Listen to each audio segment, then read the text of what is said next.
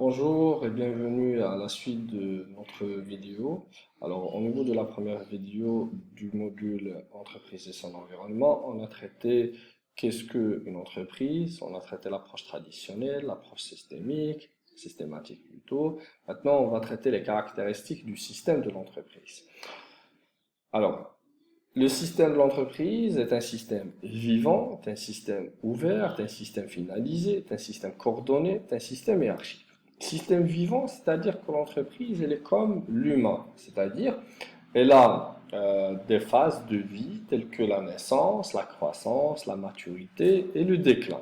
Et une entreprise, elle apparaît, elle vit la naissance, et se développe et par la suite, elle disparaît.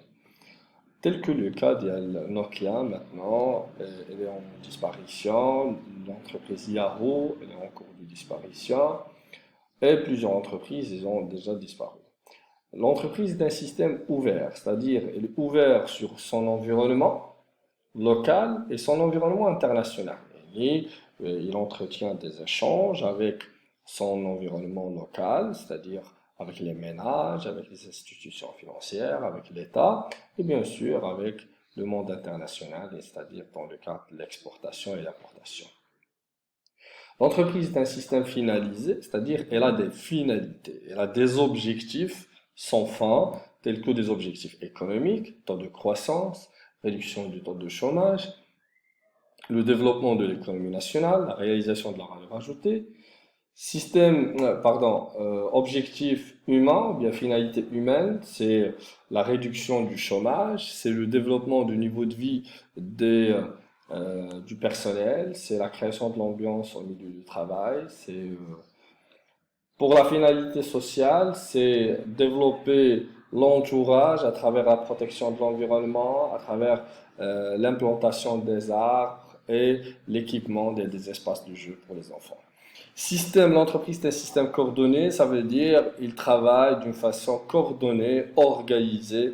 On a l'élaboration de budget, la mise en place d'un plan d'action, c'est-à-dire que l'entreprise elle est coordonnée, elle est structurée, ou qu'il y a une certaine coordination entre les différents organes de l'entreprise.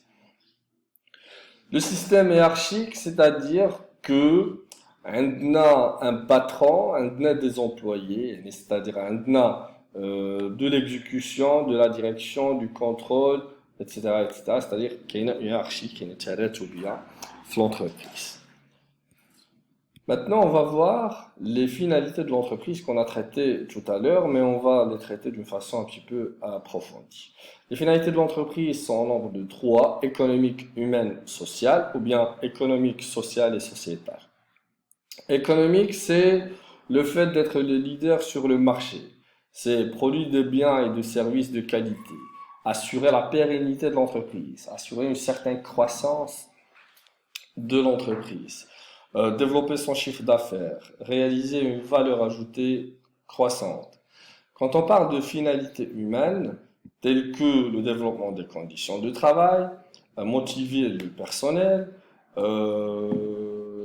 adopter un certain climat social au niveau de l'entreprise qui est favorable, l'ambition au milieu du travail, l'ambiance au milieu du travail, etc. Par rapport aux finalités sociales, c'est servir la société. Ça veut dire servir la société, c'est à travers la mise en place des espaces verts, par exemple. Assurer une indépendance. Les Marocains, par exemple, ils ne seront plus dépendants d'autres pays, vu que, par exemple, les entreprises marocaines, ils vont produire, ils vont assurer l'autoproduction. Et bien sûr, on parle de protéger l'environnement écologique de la société. Très bien, alors c'était un petit peu la suite de notre première vidéo. Jusqu'à ici, on a terminé la première séquence. Et bien sûr, si vous avez des questions, postez-les en commentaire. Merci de votre attention.